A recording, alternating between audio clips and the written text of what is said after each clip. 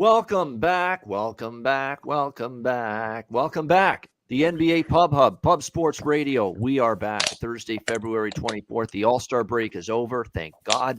And we are back and ready for regular season NBA action resuming tonight. Ian Cameron, Dutch Boy Fresh. We got Jay Money in the house on this Thursday edition, sitting in for Durrell. Wham is on his way in a moment, hopefully as well. We're back from the break, refreshed, re-energized. We feel like we're fresh, like our man Dutch Boy Fresh, fresh and re-energized and ready for the second half of the NBA season and trying to make some money in the NBA starting tonight. I'll be honest, the break came at a shitty time for teams that are playing well at the time. A lot of teams were playing great basketball. And then there's the break coming at a bad time for me because I was absolutely on fire in this league before the break. And to see the All-Star break arrive when it did, kind of disappointing. But we got to try to find a way to pick it up and try to pick up where we left off and try to keep the good winning vibes going. Let's start with Cleveland and Detroit. Let's see if we can get the winning vibes going with the first game post-break. Cleveland, 6-point road favorites, 209 the total in this game. Obviously, the Pistons, one of those teams that, always interested in looking at these teams that were struggling going into the break. Do they use the All-Star break as their own way to hit the reset button and maybe play better basketball out of the break? Obviously, the Pistons, what were they, 1-8 straight up, just 2-7 against the spread in 9 games before the All-Star break. So it was rough for them. They did pick up a win against Boston, though, in the final game before the break, 112, 111. On the flip side, Cleveland lost back-to-back games going into the break against Philly and Atlanta. Defensively, we've kind of seen the Cavaliers give up more points than they normally do. I mean, 113 to Indiana, 103 to the Sixers, 124 to Atlanta. Didn't play particularly good defensively before the break, so a slight little regression in their defense. Of course, they're battling some absences tonight. There'll be no Darius Garland, no Karis LeVert tonight for the Cavs. Lauri Markkanen looks like he will play, though, for Cleveland. On the Detroit side, really the only key absence is going to be Frank Jackson, and he's a game-time decision. Other than that, Cade Cunningham, Sadiq Bey, Jeremy Grant, who's, of course, missed his share of time, he'll be playing here. I don't have anything on the side. I mean, Cleveland's the better team, but do I want to lay 6 on the road first game after the All-Star break? No. But do I ready to trust Detroit? No. I do like the over a little bit, 209. I think it's a low number for Detroit. It's a piss-poor defensive team, and I don't think the break is going to fix their defense. I just think they're a bad defensive team, and it's shown all season long. We've seen them give up 141, 132. Washington, who has no offense or struggling offense, and they gave up 103 to them. So this is a Pistons team that's one of the worst teams in the NBA defensively. We have seen Cleveland's defense regress just a little bit the last few games, and they've trended over on the road as well. 7-2 to the over their last 9 road games for Cleveland. So over 209 for me is the way I would play it here. Dutch, what do you think, Cleveland, Detroit? Yeah, man. Salute to the ladies, gents, and DJs for tuning in. You already know it's all love. Be sure to hit that like button like I just hit that playing a motherfucking Han Solo burger. Gonna get you right where you need to be. Yeah, man. Big shout out to Tiffany, Tasha. I see you, Paulie Walnuts, my guy. Everybody be sure to smash the motherfucking like button and share the video, retweet it, whatever you could do. Muchly appreciated. You already know. Bang, bang, I see you. But yeah, it's only right the way we start this motherfucker off. We back from the break and back with this motherfucker. Yeah. There you go. First game. Backwood for Dutch here with Cleveland, Detroit. How about you, Jay? I know this was a tough one. Cleveland, Detroit for you. Yeah, it's a tough game, man. I would like to take the Cavs in this spot with a revenge spot. They lost, I believe, January 30th, 115-105. So I'd like to take them in the revenge spot. We know they have no business losing to teams like the Pistons, but they don't have LeVert or Garland here. So while I think they still get the win, I'm staying away from this one because I don't trust them with 2 of their best offensive players out. Me personally, I was kind of leaning to the under here. I'm not a big total better, but I maybe a little hesitant to bet some overs today with some teams possibly coming out with some rust out here. And while I was looking at it, Cavs would have to win this game with their defense. We know the Pistons aren't the greatest offensive team. Last time they played some really good defense versus the Cavs here. So would lean to the under, but I'm not playing this game, especially with the injuries. What's up, Wham? And shout out to everybody in the chat as well. What it do? There it is. So the NBA Pub Hub has been closed for a week, obviously, during the All-Star break. It reopened today. I had my key. I gave a key to Jay. Dutch had his key. Where the fuck was your key, Wham? What's going on here? Showing up 10 minutes late. Where was your key to get into the pub? Bro, my key was lost in traffic, bro. My shit was lost in traffic. No, I'm just kidding. All good, all good. We got Wham with us now. Wham, welcome in. Cleveland, Detroit, first game back from the break. Anything you like here? Yeah, you know what? This game, I do kind of like Cavs here. I'm not gonna lie. You know, it's no Levert, no Garland for sure. But I think they're getting their trees back and Laurie, having you know, the big other guy, Allen, and Mobley here. You know, it's going to be kind of locked down on defensive there, especially when Laurie, his last 11 games, he was pretty much playing pretty well, shooting 43%. He did have a fall off game on his last game, so I think that's just credit to injury there. So I'm just gonna shut off there, but I don't see him available in props. That's kind of the way I was looking, like, oh, maybe he's getting an uptick with the guys that's out that I mentioned there. So that's the way I was looking here. But other than that, it's the back way for me. I didn't bet anything on this game. All right, we got Boston, Brooklyn. Celtics up to 9-point road favorites now in this game. 214 the total. Big move toward the Celtics. It's obviously personnel related for the Brooklyn Nets. No Kevin Durant. No Kyrie Irving, of course, because they're in Brooklyn, so he's still not able to play on the home floor or in New York State, period. Kyrie Irving, so he's out as well, along with Durant. So it's going to be Mills, Curry, Brown, Edwards, and Drummond for the Brooklyn Nets. A Brooklyn team that, look, they played a little bit better before the break. Sacramento comeback win against the Knicks, but fell short against Washington in the final game before the break. Boston is one team I could see them bringing it tonight. I mean, they lost to Detroit right before the All-Star break at home, 112, 111 in that game. Didn't play particularly well. It was a rather stunning result because when you look at it from a Boston standpoint, you know, they had, you know, most of their key guys on the floor in that game, including Brown and Tatum, but still were lost to the Pistons. So you'd expect Boston to want to bounce back here. In terms of extended rest, that's always a good thing to look at when you're talking about coming out of the All-Star break. How have teams done with extended time off? Small sample size this year, 1-2 for Boston, 1-1 for Brooklyn. So you really can't glean too much out of that. The two meetings this year, both between these teams, February 8th and then back in November, they both flew over the total. I kind of lean that way here, but I'm going to pass on this just overall. I think it's moved too much on Boston. I understand jumping on it early, but I'm not laying 9 on the road. First game out of the All-Star break. So backwood for me here on this one. Wham, Boston, Brooklyn. Yeah, man. And, I'm glad I got myself settled in here. Let me calm my nerves here. You know what I'm saying?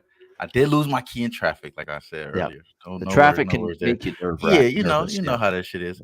Appreciate my guy Jay Money in here, my guy Dutch. Good to see y'all, brothers. Good to see you as well, Babano. You already know this game right here. This probably will be a backwood for me because obviously I do have something riding on here. I do have the Boston Celtics to win the division. I need them to just keep beating the division opponents here. So I kind of got action on this game already.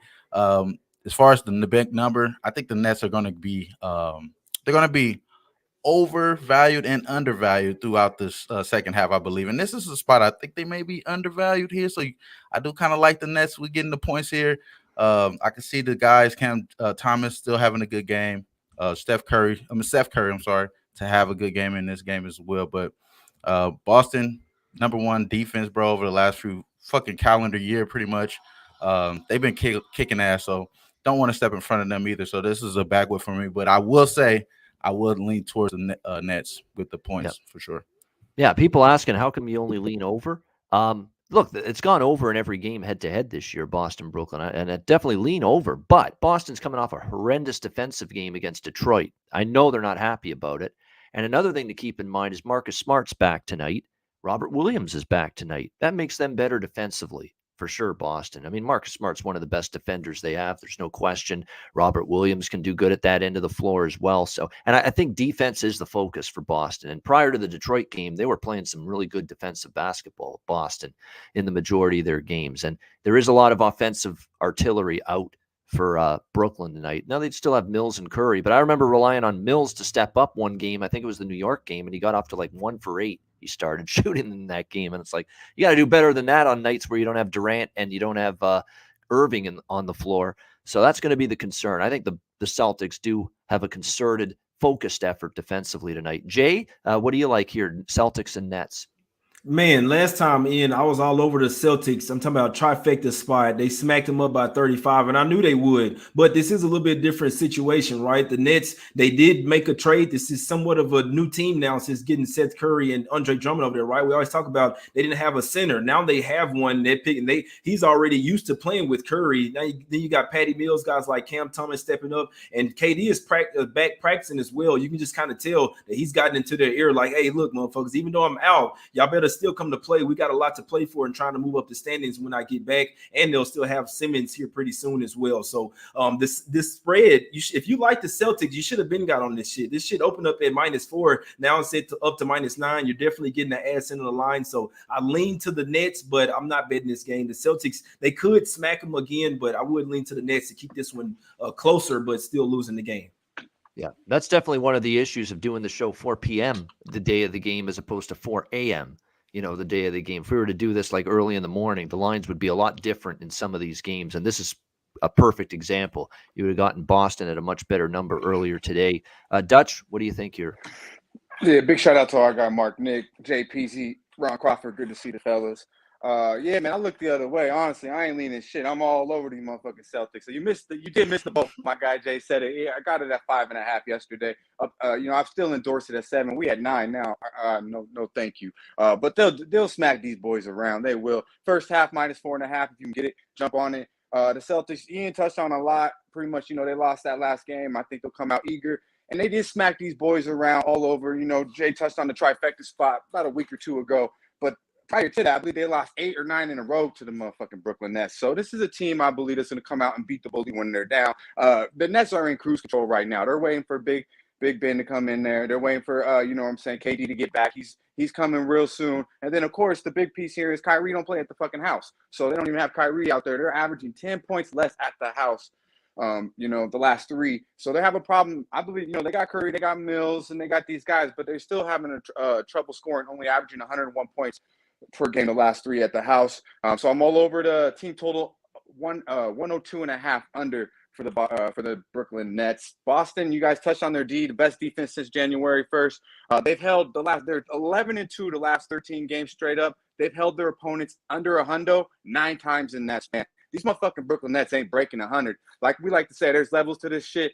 And what they got out there right now is not going to compete with the motherfucking Boston Celtics. This should be an easy blowout mid-third, late fourth. I look for Boston to handle business early and often. But for the show, go ahead and lock in that first half because we done missed a little too much on the full game. All right, there we go. First half for Boston, for Dutch. All right, Atlanta, Chicago. We got the Bulls, 3-point home favorites. Total been blasted up. 234.5 was the opener. 239.5, even 240 now with this total. And I get it. I mean, these are two teams that defensively they're lacking. Offensively, they're fantastic, both teams, and they've been that way, especially going into the break. I mean, the Bulls were lighting it up. I mean, 121 or more in 4 of the 5 games going into the break. Atlanta, they were pouring it on offensively. Cleveland, Orlando, 124, 130. Those games flew over the total. You had 240 points and 239 total points in those 2 games. But here's the problem. You're going to need more than 240 now to cash this over. It's a high number, and I don't like overs with totals this high first game after the break. Shooting legs aren't always there. The shooting rhythm is just not always there. I think that's the harder thing to do coming out of the break. Get the jump shot, the Jimmy to fall, get the rhythm going again, shooting the basketball compared to playing defense. Defense you can do any day, any game, and be able to execute. Shooting rhythm, when you've been off and not in game action for a week like this, that can be a lot more difficult. So I'm staying off the total. Too scared to bet under because of the way these teams trended before the break, but I don't know if this is the spot or the night to go over a number like 240. But I do like Chicago here, -3. I think when you look at it, both of these teams were winning going into the break. So this is not a situation where for one team, does it disrupt the momentum? Or for one team that was struggling, do they hit the reset button and play better? Both of these teams were in the same boat. They were playing a little bit better going into the break. Atlanta won a few in a row. Chicago was on fire. So you've got nothing to worry about there. Both teams in the same position. I just think it's a cheap number for Chicago at home. And again, for Atlanta, I hate to be a broken record here with this, but the wins don't do a lot for me. They beat, in some of these performances and what they've done. They beat the Lakers. They had one great win at home against Phoenix, but inconsistent. Cleveland at home, Indiana at home. I look at what they've done on the road. They beat Orlando. They lost to Dallas, got pulverized. They lost by double digits to Toronto on the road. Their road performances continue to bug me. Atlanta. They're 11-17 straight up, 10-18 against the spread on the road. They're 2-6 ATS, their last 8 road games. Chicago's been rolling at home lately. It does feel like this line is just a little bit cheap on Chicago. So, again, noting how volatile a night like this can be with the results, with the first game back from the break. So anything can happen. If Atlanta wins by double digits here, believe it or not, it's not shocking because crazy shit happens right after the All-Star break. But based on the numbers, based on the home road form, I got to look to Chicago here at -3. Dutch, what do you think here? Hawks, Bulls. Yeah, man. I broke this game down like a pound with Jimmy earlier, man. So I'll just touch on some quick points real quick. I believe, you know what I mean, the Bulls are just you touched on it, and they're just better, bro. And they play good basketball. This is a really good number here. I don't see why the line's moving the other way. They won 5 straight before break, coming in real hot. They played these cats 2 times already this year, whooped their ass 2-0 straight up against the number and against the number. They've average win was 13 points per game, and both games scored 130 points per game. Now they don't got John Collins. Atlanta can't stop fucking nobody. I mean, Trae Young can go for 35 and 15, and they still lose this game by 10, in my opinion. They're a fade on the fucking road, Atlanta, being their 1-6 ATS last 7 on the road versus a team with a winning home record. And the Bulls are, on the other hand, are a fucking auto bet at the house. They're 8-2 ATS last 10 at home. They handle business on the home court. To look it into a little further, they're 1-10. The Hawks ATS on the road versus a team with a winning percentage of 60% or better at the house, what you have in Chicago Bulls. Load up on the motherfucking Chicago Bulls -3. That's good money. Now, does DeMar DeRozan get thrown off by the All-Star break? Here is a guy that has scored 35 plus and shot 50% or better in 7 straight games. Does the All-Star break disrupt that? And he's had 30 or more points, I believe, in 8 straight games. So he was absolutely, he's a man-possessed double D, DeMar DeRozan, right before the break. Unbelievable the way he had been playing. Levine's back too, so it's a beautiful thing. Yeah, it is. And they got Levine. I mean, it's a tough tandem to stop. But boy, I mean, the break, does that throw him off? We're going to find out tonight. This is one of those live betting situations. If C. DeRozan's got the hot hand early and jump on his props in game, I worry about this, though. Again, kind of like with a team that's playing good into the break disrupts their momentum. Maybe it does it for DeMar DeRozan and his shooting, because he's been off the charts offensively, but does the 1 week break hinder that and hurt that a little bit tonight? It's a real concern for me. Jay, what do you think here, Atlanta, Chicago? Yeah, that was a good point there, Ian. But I don't know. You tell me. Y'all like the Bulls, man. So you're definitely hoping that DeRozan is still on this streak. I'll be honest, it's a tough game for me, right? And usually when a team has beat the team twice already this year, I'm a natural contrarian. I look towards going with the team with double revenge. I'm not taking the Hawks on the road though, so it's not a bet against. I'm actually not even betting against the Bulls here for a while. This team has just been on one. They're somewhat like the Grizzlies of the East. They just play hard every single night. So they did get Levine back as well, although I don't think he's 100%. If you just got your knee drained, you're not 100% yet. You could tell in the 3-point contest and the All-Star game. So he's back out there, but it'd be interesting to see how DeAndre Hunter does, because they do have a DeRozan stopper over there for the Hawks. They are missing Collins. They can match up well with the Bulls, but I'd rather get them at the house. So it's a tough game for me, especially with the Hawks having double revenge. I could see it going either way, so I don't bet games like that. Yep, tricky game indeed for sure. Wham, what do you think, Atlanta, Chicago? Yeah, it looks like, John Collins is doubtful, so more looks for Gallinari. I think he probably have a pretty good game here.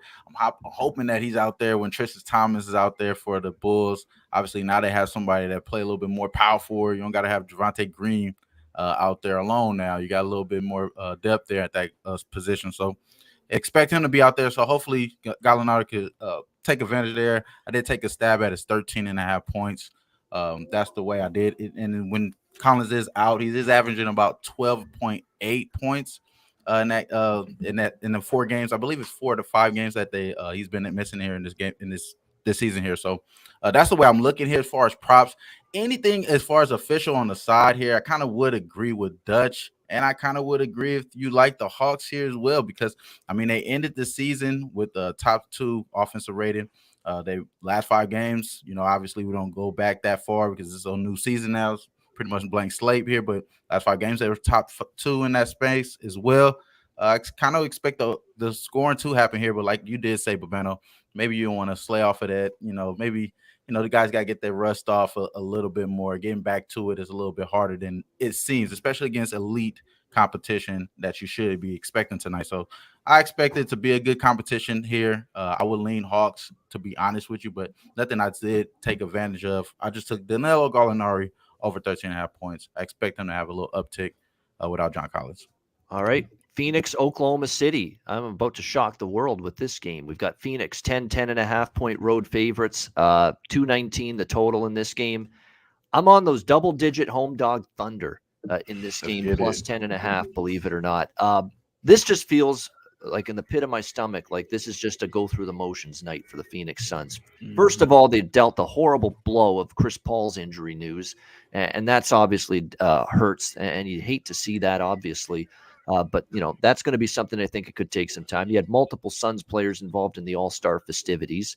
That's another thing. Are they ready to just step back on the floor and just go all guns blazing here? First game back, lowly Oklahoma City on the road, sleepy environment. All of this stuff, to me, is bothersome here for Phoenix going into this game. And then when you look at it from the Thunder standpoint, of course, we talked about big reason why they were so bad going into the break. Well, you're going to be bad when you don't have clearly your best player available to you. Well, Shai Gilgeous-Alexander, my fellow Hamiltonian, he is going to be back tonight for the Oklahoma City Thunder, which is significant. Still without Lou Dort. I would have loved to see Lou Dort back as well for the Thunder, but he's still going to be out for this game. I just think for the Suns, they do have a game at home tomorrow night as well. If you look at the schedule, facing those Pelicanos, New Orleans. So to me, this is just one of those go through the motions, get the win. Maybe it's ugly. Maybe you're asleep for over half of the game, but maybe you find a way to pull through by 4, 5, 6 points. I don't think you're going to win by 11. I just don't trust the Suns in this spot, and I think it's a big effort from the Thunder. First game back. They're going to have SGA back. I think the Thunder are worth the look here. This is one of those first game back from the All-Star break type of games where you've got the much better team, but they're laying double digits on the road in a very dubious, tricky spot. And I think you're going to see it show up tonight, that this is a tricky spot for Phoenix, especially with them playing at home tomorrow night on a back-to-back. So for me, I would look toward the Thunder. And the total's gone up because you're right. With no Dort, that hurts defensively. And OKC getting SGA back makes them much better offensively. So I understand the over move for sure. But 213 to 219, it's one of those moves where if you didn't bet it early, you're getting 6 points, the ass end of the number, as Jay said earlier. You're getting that now with the total. So lean over, but the best of the numbers gone. And I like OKC. I'm going to split it up. I'm going to do first half plus 6, full game plus 10.5 here for the Thunder in this one. Dutch, what do you think here? Phoenix, OKC. Yeah, shout out to Eric Jones, Dennis Get Money. I see you, my dude. And Mark Nick, once again, man, appreciate the kind words. But yeah, you can back with this motherfucker. There you go. All right, good stuff. Wham, Phoenix, OKC. Yeah, man. You already know my guy Dutch call us the Thunder Buddies, man. And of course we're gonna be the Thunder Buddies, bro. They the second best team in ATS in the first half of the season. This is another opportunity to take care of business here. It's a double-digit spread. They're getting their best offensive piece back. I am concerned with their offense. Don't get me wrong. Bottom 30, dead last in the finish of the season and over the last 5 games. But that's without SGA being consistent in the lineup. My guy Giddey going for his 4th career triple doubles in a row. Triple double for his 4th consecutive game there today. So I expect him to have at least a double here. So I will look at his double prop, maybe in the rebounds department. The assist maybe a little bit more to SGA. His last game he played this team, he had a triple double. So I expect SGA to ball out. And especially without Chris Paul, man, this is his first game that he's missed. Let's be honest, y'all. This is the first game that he's missed. It's probably the reason why they're giving Monty Williams the coach of the year. He's big favorite there, but we got to see what Monty doing now. What if they fall to fucking flats? And it's Devin Booker here. I do like Aaron Holiday though, the addition there. They may be able to get some new sets running out with him. I do like him. He may be a good look. If you do like the Suns, I will lean towards Aaron Holiday. He's gonna have a good game then. But other than that, bro, I'm off of it, man. I'm right there with you, but man, I'm on the OKC side. This is an official play for me. This is the only bet that I made so far today, and yeah, I'm rocking with this one. As far as like a big official play, this is the one.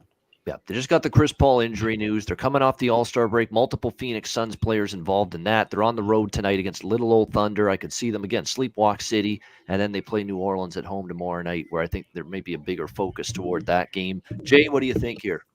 Yeah, I couldn't talk you guys off the Thunder. One thing, I don't think that the Suns will sleepwalk. That's just because they're not built that way. They come to play every single night. But I'll be honest, I think there's too many points, and I don't agree with this going up as well. 10.5. I mean, it was like at 8.5 or 9 or some shit, and then it's just kept going up. So usually when you don't understand the line, but me personally, I'd like to go with the one that I don't understand. But this is one where I think it's too many points for the Thunder. I hadn't taken it. I'd love for them to have guys like Kenrich Williams, Ty Jerome coming off the bench, and Lou Dort as well, that he could possibly stifle or hold Devin Booker somewhere close to 20 points. Without their best defender, I am off of it, but it is great at least that they have SGA back. Still, I mean, Trey Mann is an absolute baller, and Josh Giddey is as well. They don't really have a center though, but problem for the Suns, obviously, like you guys mentioned, no Chris Paul, and then no campaign as well. So the backup point guard is out. They got Aaron Holiday, but I mean, he's nowhere near the level of Payne or Chris Paul. They still have Efra Payton as well, but I'll be honest, I may put some on Thunder. I hope this game goes to fucking triple overtime. It's a spot I really like tomorrow.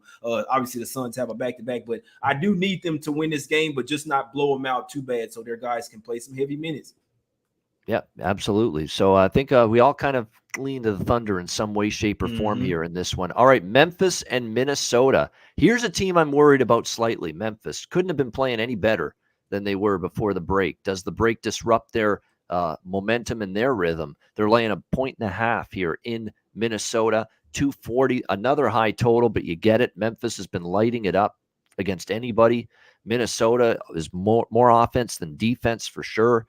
They have struggled at that end of the floor, and they were trending over heavily. Memphis went into the break cashing overs in 8 straight games going into the All-Star break. Memphis, just a house of fire offensively. They did drop their final game, though, before the break, 123-119.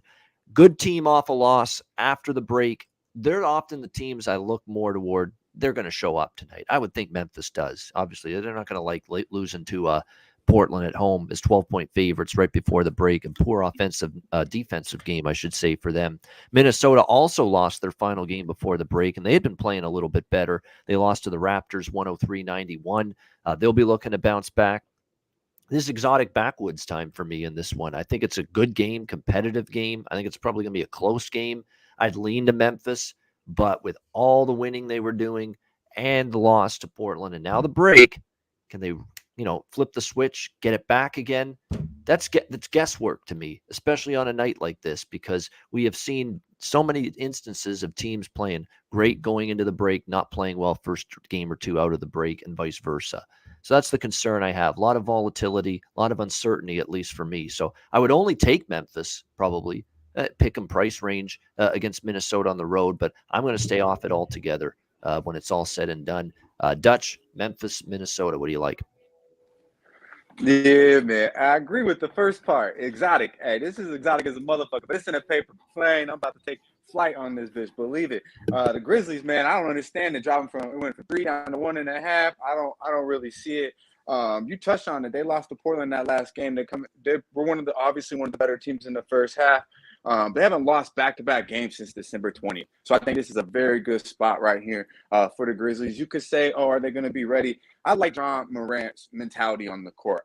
He got a chip. He plays. And when your best players like that, it seems to dwindle down to the rest. I'm not worried about this team not being ready, not being focused. I think they got a chip on their shoulder. Their mentality is grind city, and that's what it's going to be. They're going to go in Minnesota and handle business like they've been doing. 5-1 ATS last 6 in mini. So the cold don't bother them. 8-1 ATS last 9 meetings versus these motherfuckers. They have their way with them, and they're 5-1 ATS last 6 on the road. So I look for Memphis just to go in there and handle these boys. Now the Wolves, 0-5 ATS last 5 as a dog, and they 2-3 straight up last 5, allowing 122 points a game to end the break.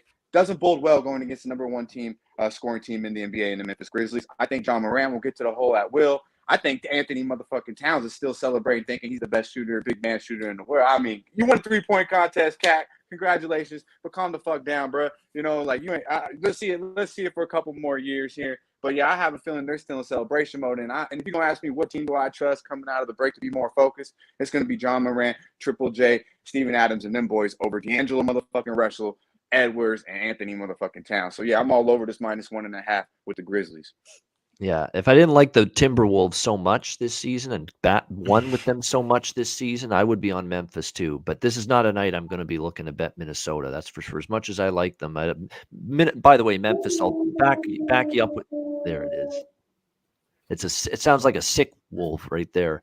With that sound right there. But I'll back it up with numbers for Memphis off a loss, 13-6.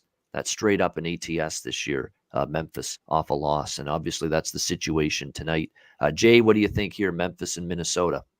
Yeah, I'm a big Timberwolves fan too, and I must say, man, the Grizzlies, they're one of those teams that it's tough to bet against them. They just play harder than everyone else defensively, offensively. I don't. There are one of the teams that I don't really worry about them coming out of the break, not necessarily locked in, because I worry about them with heavy jump shooting teams, not necessarily the Grizzlies. They get to the paint, so it's crazy because I lean the Grizzlies. It's tough because the line's going down. Obviously, some big money, some sharp bets coming on the Timberwolves, the home dog here. I am leaning some home dogs here tonight, but I must say, if I was betting this game, it's Grizzlies or nothing. That's another team. I'm not betting against them the rest of the year. It's either you take the Grizzlies or you stay off the game. Yeah, they're 17-11. They're better at home, Minnesota, for sure. I understand the interest, but Memphis is 21-9 straight up on the road. They've actually got one road win more than home win. Memphis has been a road warrior all season long. So, talk about a road environment not troubling Memphis, not making them crumble. I wouldn't expect that to be. If they get beat, they get beat. They just get outplayed. That would be why they lost. It's not because they're incapable of winning on the road. They've clearly shown that all year. Memphis, they are capable of doing great things on the road. Wham, what do you think? Yeah, man, I kind of would agree with everything you guys are saying. We know what type of team that they're going to be in the first half, at least. They're really good in the first half. Memphis, 8-2 on the road in the first half against the spread. So they're covering that by margin there, of course. Ja continues to climb the NBA MVP ladder, in my opinion, man. He looks like definitely the MVP. This team is just showing that, they're very resilient. And obviously when we capping, well, at least when you guys know when I'm capping the Memphis Grizzlies, I'm looking at the other team. Can they stop the team to get out the paint? And can this T-Wolves team do that? Characteristically, I guess so. The team for the season, they're allowing opponents 45 points in the paint. But over the last 5 games, and obviously this is an all-star break, so they could be locked in now. But before that, it was at 58.4. So, both teams are top 10 in offensive rating to end the season. As far as this team defense, Memphis is going to be the better defensive team, in my opinion, of course. So you got guys that's down there trying to bang, like Steven Adams. Even though you do got Vanderbilt, I'm a big fan of Vanderbilt, bro. But today I don't think he's going to go over his points total today. I think it's going to be more of a struggle to get them guys to score in the paint as far as the T-Wolves. And I think the other team is going to be able to score at ease in the paint. So it's going to be that's the difference. Who's shooting the better over the last few games. Kind of would lean towards Memphis there as well. So I like Memphis here early. I haven't made this official yet, of course, but this is the way I'm looking. It's Memphis full game or early on first half, just because they've been covering. And like you said, Ian, when it's a good trend, it's just want to take advantage of it, especially when a team that's giving up the points in the paint like the T-Wolves. Yeah, which they definitely have been doing that. Their interior defense, pretty shite. The Minnesota Timberwolves with the defense around the rim. All right, Golden State and Portland. Golden State 6.5. They were at the opener as road favorites. They're up to 10 now, laying 10 on the road against Portland. 226.5 the total. This feels like, and maybe it's because of the interviews I saw with Curry during the All-Star break and after the game when he played so well Sunday night in the All-Star game.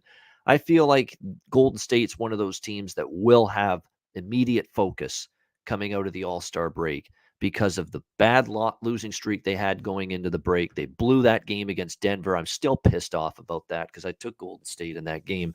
They just absolutely folded like a cheap suit in the fourth quarter of that game. Very, very disheartening loss. I think now it's time to rally the troops. It's time to get on a run, start playing good ball. They're still waiting for Draymond to come back, and they're never going to be at their absolute best till they get him back. He's just that glue guy for the team defensively in the interior.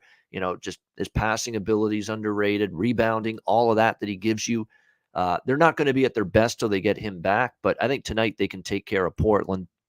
I would certainly, even with the line move here, I'd certainly lean toward a Golden State split here. First half -5.5, full game -10 on the Warriors. I like the over here as well, actually, because I look at this defensive matchup and the total's gone up. I agree. The defensive matchup could be a nightmare for Portland tonight. I mean, you've got Anthony Simons is doing a nice job offensively. Let's give him his credit.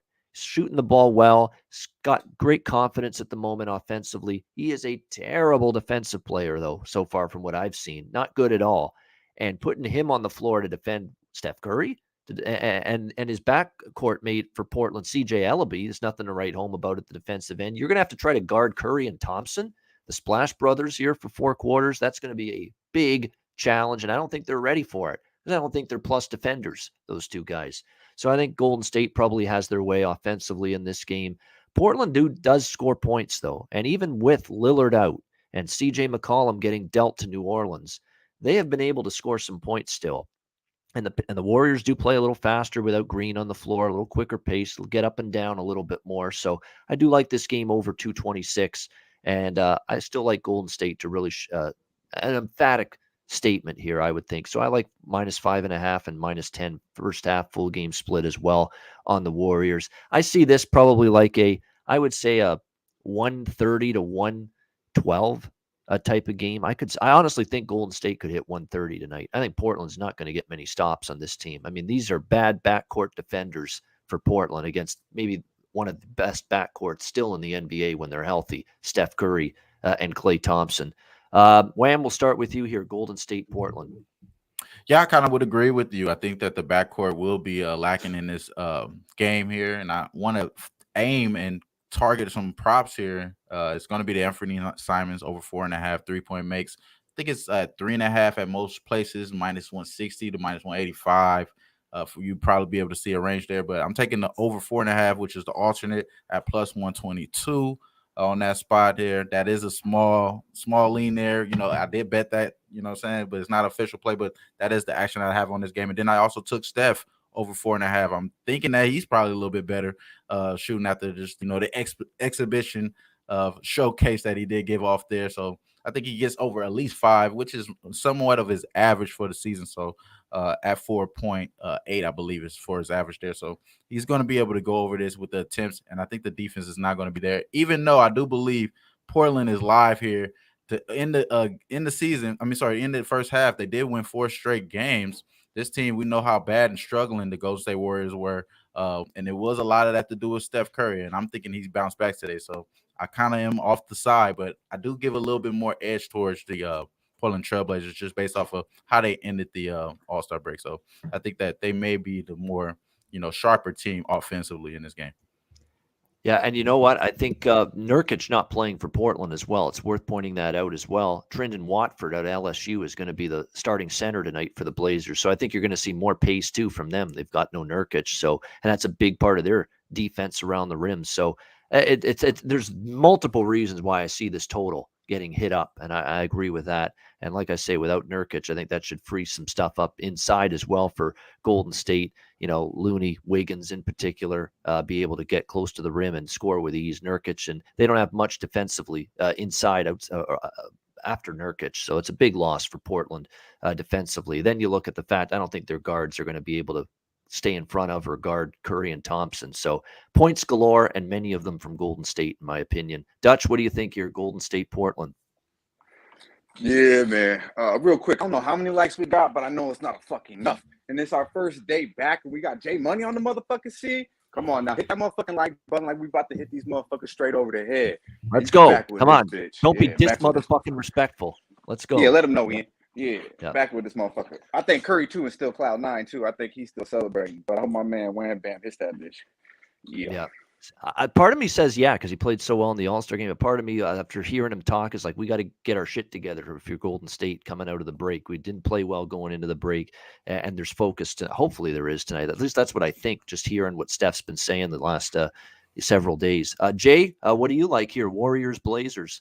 Yeah, I can only look towards the Warriors here. They already beat the Blazers 3 straight times this year. That does give me some hesitation because, like I say, when sometimes a team just owns you, right? And I am like a revenge type of guy, but sometimes a team just owns you, and the Blazers don't have the horses to keep up with these guys. Maybe if they had Nurkic in there, but then when he went down, it's like you already didn't have a backup center out there, so now you're just stuck with power forwards out there, small forwards running the center. There will be no paint rim protection for the Blazers here. The Warriors could get whatever they wanted in the paint. This is another one where this line just kept climbing. It opened up at 6.5, guys. That's 7.5 yesterday. Obviously, the Nurkic news came out and popped this one up. So if you're really serious about betting, check out your online sports books if you can bet early. This game was sitting there 6.5, 7.5 for a couple days. It's up to 10 now. I still like the Warriors. I didn't bet this game. The Warriors the only way I could look in this one, though, my guys.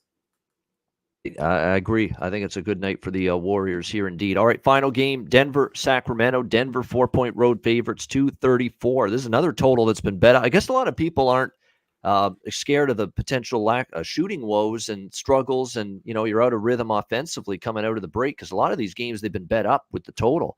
Boston, Atlanta, Chicago was really bet up. Phoenix, OKC bet up a ton. Golden State, Phoenix, Portland has been bet up a little. And now this one's been bet up from 229 to 234. That's the only thing that would scare me about an over here is the break, the All-Star break, and being out of rhythm and not playing in a week. Other than that, you can't make a case for the under because look at what Denver's been doing lately. They were trending over before the break. What did they go? 6-1 to the over in their last 7 games. Not playing great defensively either, but lighting it up offensively as well. So keep that in mind. They've been scoring, but they've been giving up points. Denver. 3 of the last 5 have gone over. Sacramento, I should say, is the one that's gone 6-1 to the over. Their last 7 games, they're doing what they do, and that's not playing much defense. That's been that way all year. It's not going to change with Alvin Gentry on the sidelines as their coach. So, yeah, this definitely feels like an over. It's the only thing I would consider in this game. I'm not laying 4 with Denver on the road. First game out of the break. They're still a little too erratic for my liking in terms of their performance on the road. The Sacramento, am I ready to trust them? You just got smacked by 24 against Brooklyn, lost at Chicago as well right before the break. Not exactly in a rush to back Sacramento at any time. So the only thing I consider is maybe a small play on the over. Otherwise, that's about it for me with this game. Wham, what do you think here? Sacramento hosting Denver. Yeah, obviously I was linking every time I watch Denver games, I look to see if we could get some offense in the first half. It's one of those good trends for us this year for the first half here, but I'm thinking here Denver maybe trying to play a little bit more defense as of late here. I think they cracked the top 10 over the last 5 games to end the first half of the season. 14th in that regard. So obviously they're not known to play defense. This is a team that is finding their offense as far as to be a little bit more easier because they got the guys that they want in Sabonis and the other guys in Justin Holiday as well for the Sacramento Kings. I expect them to probably be able to score. It's just tough, man. I just don't think that they're going to be able to play any defense at all. So if I was to think anything here, it's going to be Denver first half, team total over 61 over those last, to end the season. I would say end the season, the last 5 games, Sacramento's allowing 27th in opponents in the first half at 64.4. Seems like, they may be able to, at that characteristic, get over this points here, but it's a lean here. Another lean that I didn't bet because I'm trying to see how this day starts, bro. This is when I didn't bet here, but I'm looking towards the first half and the team total for the Denver Nuggets. I think they may be able to score here on these 2 teams. Expect Jokic to have another triple-double type night against this team that's not going to play any defense like you mentioned. Yeah, Will Barton played well before the break, gave Jokic some support. Aaron Gordon even finally started to get things rolling a little bit. And they just got Forbes from San Antonio, even more offenses helping out this Denver team. So I think there's bet-on potential for Denver, believe it or not, coming out of the break. They're one of those teams that was just so inconsistent, up and down, erratic. They had guys in and out of the lineup prior to the All-Star break. Maybe they can get on a run. And remember, Jamal Murray's knocking on the door of coming back as well. In the not too distant future for the Nuggets. So they could have some bet on potential. But again, am I ready to lay 4 on the road first game out of the break? No. Let's see how they do tonight. And maybe we'll look to back them next game or 2. Jay, what do you think here? Nuggets and Kings.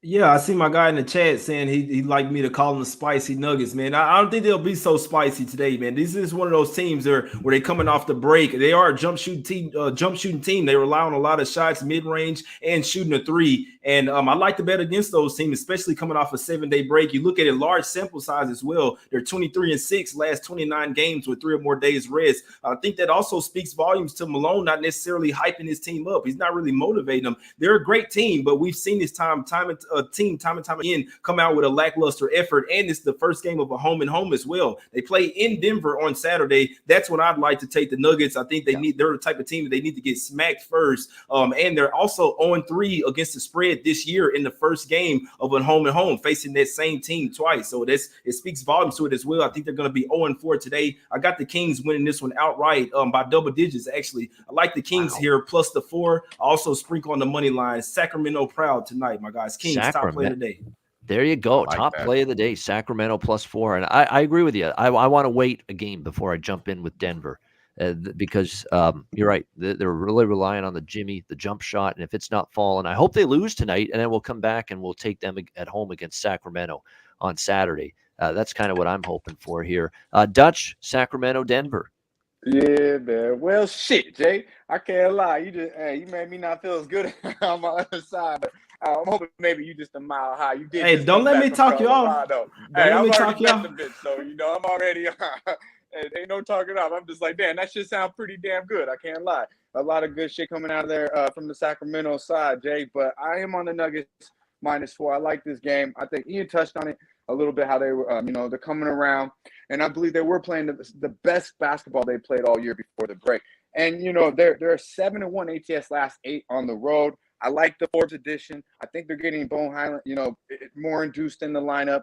I just like this team, honestly. I think they'll be able to take advantage of Sacramento's front court. You got Sabonis and Matt Barnes, or Harrison Barnes as your starting front court. I think that's barbecue chicken. I do see points coming from them, but they ain't stopping nobody. And on the Nuggets side, they've won 5 of the last 6, averaging 117 points per game. Sacramento 29th in points allowed, giving up 115 points per game. I see Joker and these boys pretty much going to work. They have had trouble with Sacramento late, and to be quite honest with you, I did not see that they were playing next on Saturday. I don't like that. But hey, it's a bet, and I believe they got a better coach, a better team, and the best player on the court. Give me the 4, mile motherfucking high. Let's go. One of us will eat, Jay. One of us gonna eat, bro.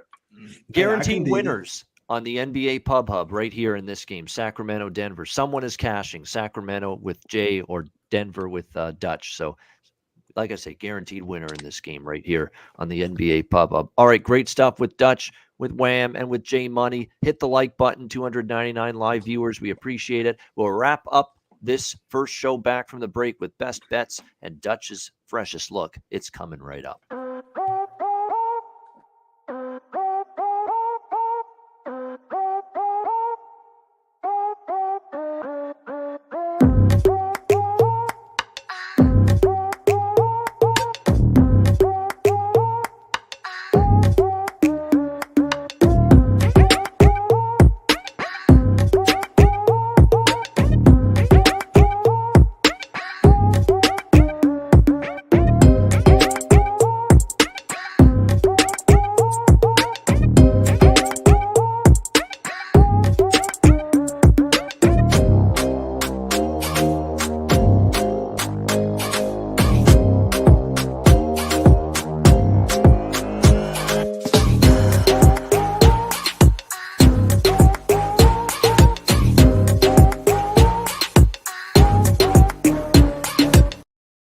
Now, somebody give that beat to The Weeknd. Tell him to use it in one of his songs in the next little bit. I mean, put that to good use. What a beat there on that ad.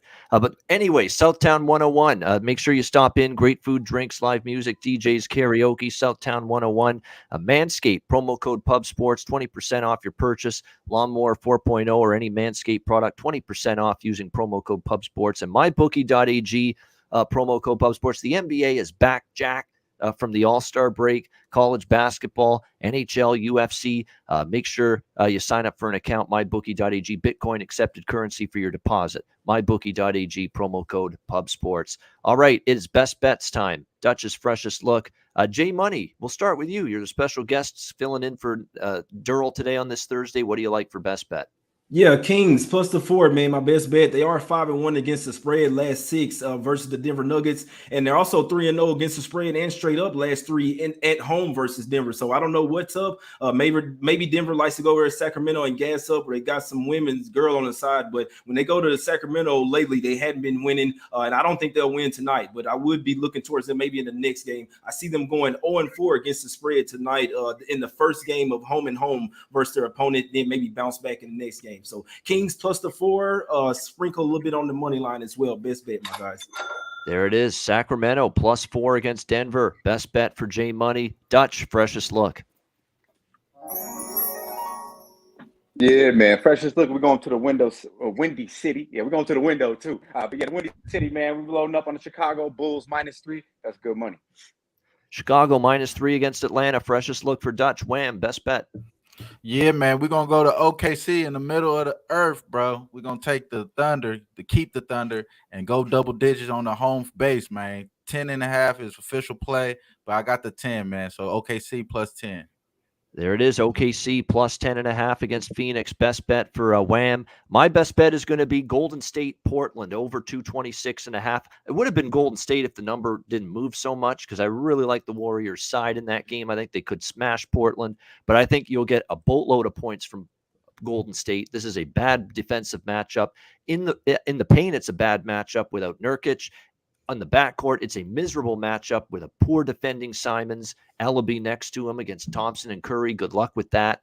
I think Golden State scores a bunch, but Portland offensively, they were pouring it in the points before the break, and I think they can score enough to help the game go over the total. So Golden State, Portland, over 226.5 for my best bet for this Thursday NBA card. And that'll wrap up this edition of the NBA Pub Up. Thanks to everyone for joining us. Hit the like button on the way out. College basketball net profit coming up with Connor Mack and Maxwell Smart, 5 p.m. Eastern. We'll be back tomorrow for another edition. For J Money, Wham, Dutch, I'm Ian Cameron. Have a great Thursday night. Enjoy the games and good luck. We'll see you again tomorrow on Friday, 4 p.m. Eastern, for another edition of the NBA Pub Up right here on Pub Sports Radio. Dutch, take us home. Yeah, man. Hey, Ian, I can't lie. You killed it last week, too, on that Thursday edition. That was a beautiful thing. Hey, you know where it's at, Pub Sports Radio. Be sure to like, subscribe, and share the video. Salute to the real ones. Y'all stay fresh, stay blessed, but stay putting these motherfucking bookies to rest. Yeah, man.